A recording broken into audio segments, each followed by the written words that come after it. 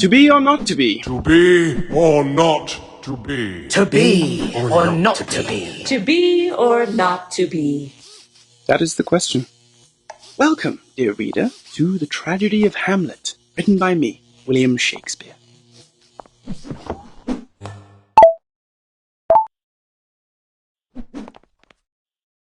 Good morrow, reader. 'Tis I, Rosencrantz. Thank you.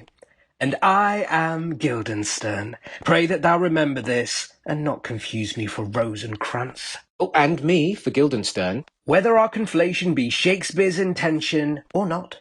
Yes, much to our chagrin, the playwright portrays us two as one. Shakespeare also forbids us any monologues like Hamlet spoke ere we arrived. A monologue of great length, I did find it.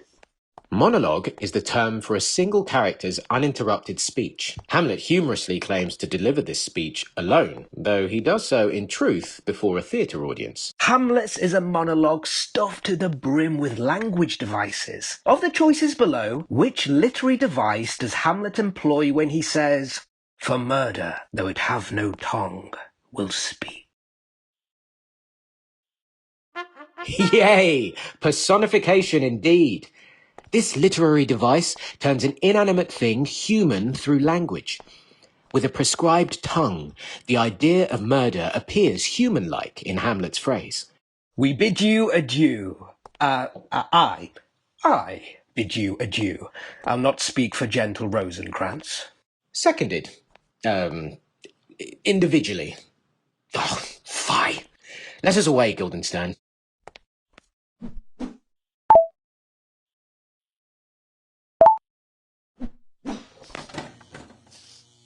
Methinks the lady doth protest too much.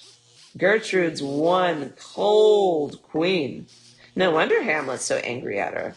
But 'tis an unfair assessment of Queen Gertrude, some argue. For if one cannot truly know the intentions of another, as Hamlet suspects, who can assign reason to the Queen's reaction to her own actions on display? Could she be afraid, feigning indifference to protect herself? Could she perhaps wish to help her son move past his father's death? We know only what we see Gertrude portray outwardly.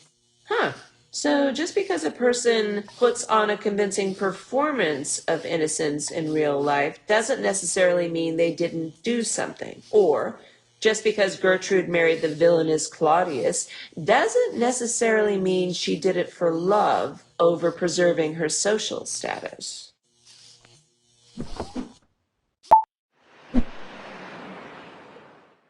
Fie! 'Tis Act 3, Scene 4, and my murderer remains unpunished. As King of Denmark, I often battled against enemy swords. Yet for my son, the enemy's sword is his own mental turmoil. Thought stands between him and his goal. Young Hamlet believes life is performance, and thus he seeks sufficient evidence to condemn his uncle, who plays aptly the role of the innocent. It seems that 3 acts of observation and contemplation, compiled with my beseechment, has not sufficed. Ha! I prefer the clash of real steel to torture of the conscience. 'Tis quicker.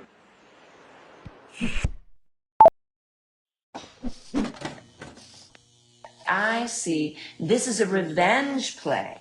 The revenge play was quite popular amongst audiences. You're putting on a play and the theater needs butts and seats, so you're a sellout? Oh, hast thou heard of a theatre company that puts on productions for empty halls? Is not the theatre a business venture at its core? I guess. This play appealed to large audiences, but with it, I spun the revenge tragedy genre on its rigid head. As one will in a revenge tragedy, Hamlet seeks to avenge a beloved's death.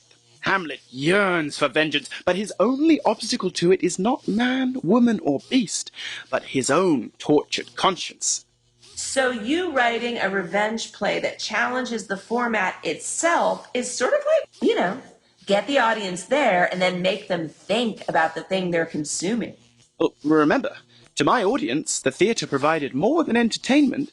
It served as a single place for commoners and nobles to convene, and as a means of spreading news, ideas, and gossip. Sure, the theater for you guys was like the internet.